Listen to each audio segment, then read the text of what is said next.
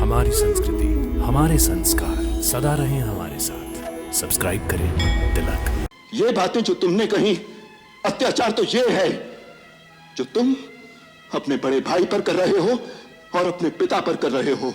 पिता पर? हाँ, पिताश्री पर। उनकी पीड़ा को समझते हो? जानते हो कि उनकी समस्या क्या है? जानते हो कि उन जैसा धीर वीर पुरुष इस समय किस धर्म संकट में है? जो स्त्री मोह में फंसेगा उसकी यही दशा होगी। उनका संकट स्त्री मोह नहीं है, उनका संकट है धर्म। हाँ, धर्म। भैया, भैया, जो मैं ये सुन रहा हूं क्या सच है कि कई के कहने पर महाराज ने आपसे राज छीन लिया? लक्ष्मण, माता कैकई को कैकई कहकर कब से पुकारना सीख लिया तुमने? आप बुलाओ उसे माता, मैं उस कुल घटनी को माता नहीं कहूंगा और मैं यह न्याय भी कभी नहीं होने दूंगा। भैया, मेरा यह धनुष केवल शोभा की वस्तु नहीं है, मैं इस धनुष से महाराज की चतुर्गणी सेना का अकेला सामना कर सकता हूं। लक्ष्मण, महाराज ने क्या समझा है? राम बड़ा विनयशील है, वो चुपचाप सब कुछ सहन कर लेगा। उन्हें नहीं मालूम कि राम के नाम पर मर मिटने वाले लोग चुप नहीं रहेंगे, सारी जनता विरोध कर देगी। और फिर जनता की भी क्या आवश्यकता है? उनका ये दास लक्ष्मण अकेला ही महाराज और उनकी पूरी सेना के लिए पर्याप्त है। और भरत भी आ गया तो उसे भी छठी का दूध याद दिला दूंगा। चुप रहो लक्ष्मण, अनर्गल बातें मत करो। आप बीच में मत पड़ो भैया। अन्याय सेना क्षत्रिय धर्म के विरुद्ध है। शत्रु वार करे और क्षत्रिय उसका उत्तर न दे, ये उसकी वीरता पर धिक्कार है। जो राज सिंहासन प्रजा में घोषणा करके आपको दिया जा चुका है, उस राज सिंहासन पर बैठने का अधिकारी कोई नहीं हो सकता, स्वयं महाराज भी नहीं। भैया, आपका ये लक्ष्मण यदि मर नहीं गया तो उस सिंहासन पर महारानी सीता के साथ आप विराजमान होंगे। महाराज दशरथ और उनके चहेते भरत दोनों आपके दरबार में करबद्ध खड़े होंगे। वाह वाह, कितना सुंदर चित्र है। पिता हाथ बांधे सामने खड़ा है और पुत्र अपनी पत्नी के साथ आसन पर बैठा उन्हें आज्ञा दे रहा है। आकाश से उतरकर देवता भी आएंगे इस दृश्य को देखने के लिए कि अयोध्या में मानव सभ्यता ने कितनी उन्नति कर ली है। परंतु जब पिता ही अपने आचरण से गिर जाए, अपने धर्मात्मा पुत्र को एक स्त्री के सामने। बस करो लक्ष्मण, बस।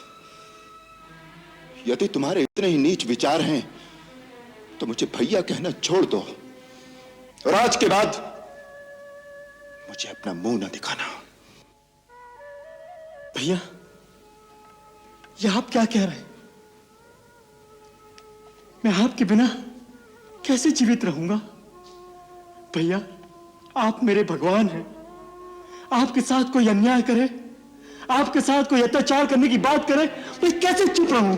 ये तुमसे किसने कह दिया कि मुझ पर कोई अन्याय हो रहा है या मुझ पर कोई अत्याचार हो रहा है? ये बातें जो तुमने कही, अत्याचार तो ये है जो तुम अपने बड़े भाई पर कर रहे हो और अपने पिता पर कर रहे हो। पिता पर? हाँ, पिताश्री पर। उनकी पीड़ा को समझते हो? जानते हो कि उनकी समस्या क्या है? जानते हो कि उन जैसा धीर वीर पुरुष इस समय किस धर्म संकट में है? जो स्त्री मोह में फंसेगा उसकी यही दशा होगी। उनका संकट स्त्री मोह नहीं है, उनका संकट है धर्म। हाँ, धर्म। आज एक सत्यवादी राजा का धर्म एक पिता के धर्म से टकरा रहा है। वो सत्य का पालन करें या पिता के धर्म को निभाएं, यही समस्या उनके दुख का कारण है। एक राजा ने किसी को वचन दिया कि जो मांगे वो दूंगा, और मांगने वाले ने वो वचन मांगा है जिससे राजा को अपने सबसे प्रिय पुत्र का बलिदान करना पड़ रहा है। यदि वो वचन को तोड़ें तो न केवल अपने सुकृत नष्ट करें बल्कि संपूर्ण कुल की कीर्ति को कलंक लगा दें।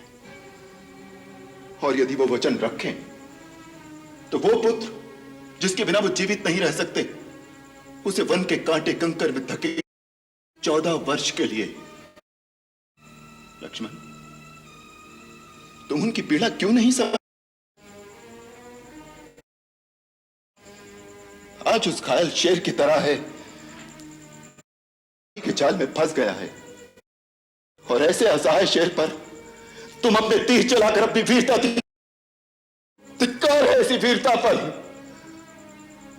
ऐसे धर्मात्मा पिता के बारे में ऐसा सोचकर भी तुमने पाप किया है, जिसका प्रायश्चित हम सबको करना चाहिए, हम सबको करना चाहिए।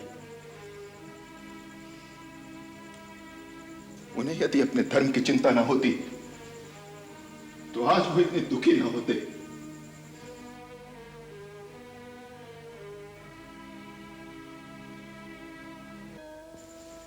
आज जब मैंने उन्हें इतनी निस्सहाय अवस्था में देखा तो मुझे अपने ऊपर ग्लानि हो आई कि मेरे कारण मेरा वीर, महान और धर्मात्मा पिता इतना दुखी है।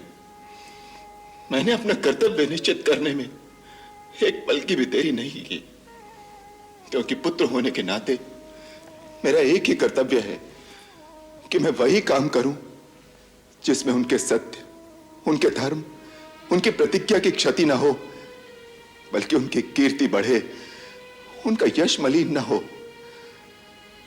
लक्ष्मण, हमारे जैसे पिता तो किसी को बड़े भाग्य से मिलते हैं, परंतु यदि किसी का पिता दुराचारी भी हो, चाहे संसार उसे त्याग भी दे, तो भी पुत्र का धर्म है कि वो अपने पिता को भगवान की तरह पूजे, क्योंकि पिता मनुष्य का प्राणदाता होता है। लक्ष्मण, जो पिता की भक्ति नहीं करते, देवता तो क्या, स्वयं भगवान भी उनकी पूजा को स्वीकार नहीं करता।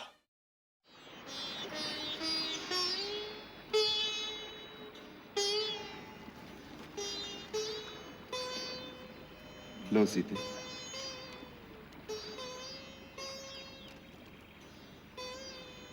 लो लक्ष्मण,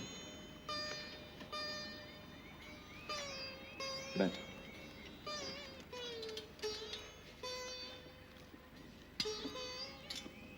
खाओ सीते।